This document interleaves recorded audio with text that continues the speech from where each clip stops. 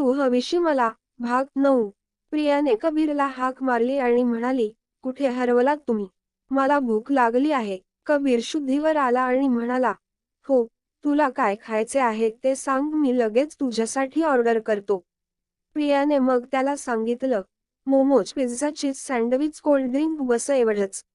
एवढी लांबलचक यादी ऐकून कबीरला धक्काच बसला आणि म्हणाला, तू हे सगळं एकटीच खाशील?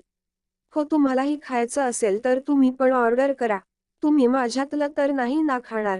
प्रिया गोड आवाजात विचारते. तिचा गोंडस प्रश्न ऐकून कबीर हसायला लागला आणि म्हणाला, ठीक आहे, मी तुझ्यातलं नाही खाणार. ओके. कबीरने तिला सोफ्यावर बसवलं आणि फोन करून प्रियासाठी ऑर्डर मागवली. काही वेळाने ऑर्डर आली. कबीरने ऑर्डर घेतली आणि कॉफी टेबलवर ठेवली. जेवण बघून प्रिया लहान मुलासारखी खुश झाली. कबीरने प्रियाला जेवण दिलं आणि तिला जेवायला सांगितलं. प्रियाने सँडविच उचलला आणि मोठे मोठे घास घेऊन खाऊ लागली. कबीरने तिला असं जेवताना पाहिलं तेव्हा तो म्हणाला, आरामात जेवण, ते इथेच आहे. पळून थोडीच जाणार आहे. त्यावर प्रिया त्याला म्हणाली, मला भूक लागली आहे ना, मी असंच खाईन. प्रिया तिच्या खाण्यात मग्न होती आणि कबीर त्याच्या डॉलला खाताना प्रेमाने पाहत होता.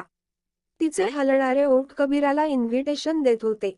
आज प्रियाने बेबी पिंक कलरचा गुडघ्यापर्यंतचा फ्रॉक घातला होता आणि अस्ताव्यस्त बसल्यामुळे तिचा फ्रॉक गुडघ्यापेक्षा थोडा वर आला होता.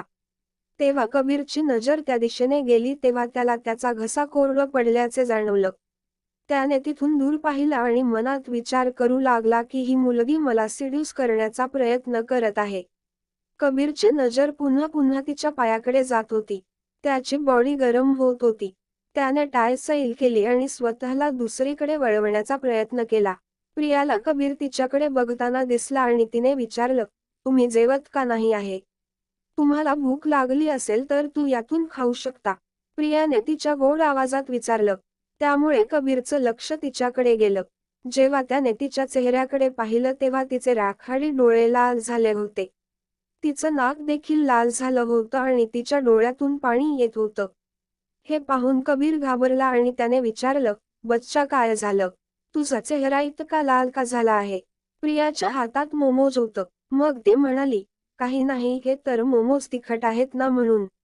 कबीरला राग आला आणि म्हणाला, जर एवढं तिखट लागतंय तर का खाते? त्याने तिच्या हातातून ते मोमोज घेतलं आणि प्लेटमध्ये ठेवलं. तिला उठवून तो बाथरूम मध्ये घेऊन गेला आणि तिचे हात धुतले. तर प्रिया म्हणाली, पण मला अजून खायचे आहे प्लीज.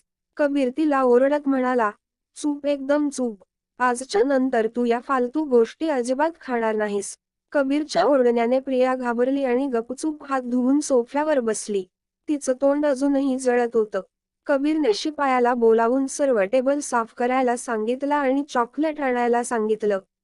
एक महागड सिल्क चॉकलेट कबीरच्या हातात देऊन शिपाई निघून गेला. कबीरने ती सिल्क चॉकलेट प्रियाला दिली आणि म्हणाला, ही खा. याने जळजळ कमी होईल. कबीरने चॉकलेट दिल्यानंतर तोंड फुगवून बसलेली प्रिया लगेच फुललेल्या फुलासारखी फुलली. तिने पटकन चॉकलेट घेतली आणि खायला सुरुवात केली. कबीरने तिला हे करताना पाहिलं तेव्हा त्याने हसून मान हलवली. कबीर लॅपटॉप घेऊन प्रियाजवळ बसला. प्रिया चॉकलेट कमी खात होती आणि तोंडाला जास्त लावत होती. तिने तिच्या हाताची बोटही नाही सोडली. ते सुद्धा भरवलेली होती. प्रियाने कबीरला विचारलं, आपण घरी कधी जाणार आहोत? कबीरने तिच्याकडे बघितल्यावर तो हसायला लागला. कबीरला हसताना पाहून प्रियाने विचारलं, तुम्ही का हसताय?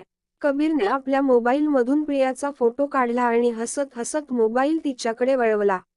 प्रियाने तिचा चेहरा पाहताच तिलाही धक्का बसला आणि म्हणाली, कोण आहे ही? प्रियाला असे आश्चर्यचकित होताना पाहून कबीर हसायला लागला आणि म्हणाला, ही तूच आहेस क्युटी पाय. आता प्रियाला लाज वाटू लागली होती म्हणून ती म्हणाली, मी लगेच साफ करून आले. प्रिया उठणार इतक्यात कबीरने तिला आपल्या मांडीत ओढलं. त्याने तिला बसवलं आणि म्हणाला, मला पण आता चॉकलेट खायची आहे. प्रिया रिकाम हेल्थर दाखवत म्हणाली, पण हे तर संपलं. आता मला जाऊ द्या, मला चेहरा साफ करायचा आहे. कबीरची नजर प्रियाच्या ओठांवर स्थिरावली होती आणि तो सेडेक्टिव्ह आवाजात म्हणाला, मी माझं चॉकलेट स्वतः खाईन. प्रिया अजून काही बोलेल त्याआधीच कबीरने तिचं तोंड आपल्या ओठांनी बंद केलं. कबीर प्रियाच्या ओठांवर आणि गालावर लागलेली चॉकलेट लिक करू लागला. प्रिया कबीरला त्याच्यापासून दूर जाण्यासाठी ओरडू लागली, पण कबीरने तिचे दोन्ही हात एका हाताने पकडून तिला सोफ्यावर झोपवलं आणि तो स्वतः तिच्यावर आला आणि सतत जिभेने चॉकलेट लिक करू लागला. कबीरने जेव्हा तिचे ओठ सोडून तिचे गाल लिक करत होता तेव्हा प्रिया म्हणाली, तुम्ही हे काय?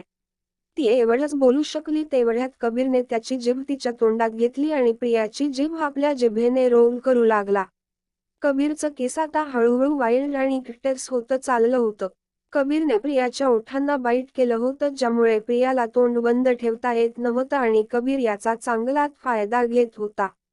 कबीरला तोंडाला रक्ताची चव जाणवताच तो प्रियापासून वेगळा झाला आणि तिच्या सुजलेल्या ओठांकडे पाहू लागला आणि त्यातून रक्तही येत होतं. कबीरने तिचे ओठ सोडताच प्रियाने दीर्घ श्वास घेण्यास सुरुवात केली, त्यामुळे तिची छाती वर खाली होत होती.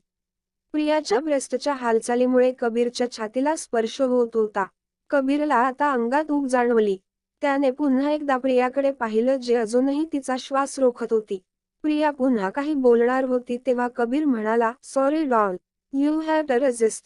प्रिया प्रतिक्रिया देण्यापूर्वीच कबीरने पुन्हा एकदा तिच्या ओठांवर पकघट केली होती, त्यामुळे कबीर तिला किस करू शकत नव्हता.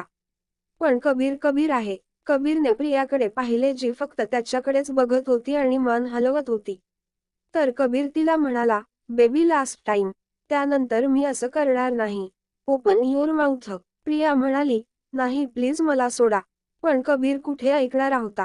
त्याने प्रियाच्या ब्रेस्टवर हात ठेवला आणि सतत प्रियाच्या डोळ्यात पाहत होता आणि डोळ्यांनी इशारा करत होता की तिने तोंड उघडलं नाही तर काय होईल.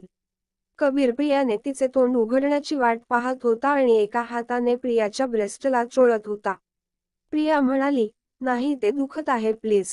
आता ओठातून पण रक्त येत आहे. तर कबीर म्हणाला, सॉरी डॉल, यावेळेस मी तुला दुखावणार नाही. Open it. कबीर खूप सेडेक्टिव्ह व्हॉइसमध्ये बोलला, पण प्रियाने परत एकदा मान नाही मध्ये हलवली. हे बघून कबीर म्हणाला, sorry doll, I want your lips right now. मला आता तुझे ओठ हवे आहेत. असं म्हणत कबीरने प्रियाचं ब्रेस्ट दाबलं. त्यामुळे दुखण्याने प्रियाला तिचं तोंड उघडावं लागलं आणि कबीर पुन्हा प्रियाच्या ओठातून वाहणारं रक्त सक करू लागला. जे वाईल्ड नव्हतं. कबीरच्या प्रेमळ किसने आणि तिच्या अंगाला प्रेमाने कुरवाळल्याने प्रिया झोपी गेली. कबीर प्रियाच्या ओठांवर तोपर्यंत किस करत राहिला जोपर्यंत तिच्या ओठांतून येणार रक्त बंद नाही झालं. त्याचं समाधान झाल्यावर कबीरने प्रियाला मुक्त केलं. कबीरने प्रियाला पाहिलं तेव्हा प्रिया झोपली होती. तिला पाहून कबीर हळूच म्हणाला, आय एम सॉरी डॉल, पण तुझ्यासमोर मी स्वतःवर नियंत्रण ठेवू शकत नाही. तुला पाहिल्यावर तू हवीशी वाटते मला. कबीरने प्रियाच्या कपाळावर प्रेमाने किस केला आणि तिला आपल्या हातात उचलून त्याच्या केबिनच्या लिव्हिंग रूममध्ये किंग साइड बेडवर झोपवलं. प्रिया त्या मोठ्या बेडवर एखाद्या निरागस मुलासारखी दिसत होती. कबीरने पुन्हा एकदा प्रियाच्या डोक्यावर किस घेतला आणि बाहेर आला. हे गाईज, कसा वाटला आजचा भाग? नक्की कळवा. कशी वाटते स्टोरी ते सुद्धा सांगा. कसा वाटतोय हिरोचा वाईल्ड रोमॅन्स ते सुद्धा कमेंट्स करून नक्की कळवा. आणि बघूया अजून काय काय करतो आपला हिरो. ते जाणून घ्यायला वाचत राहा. तू हवीशी मला.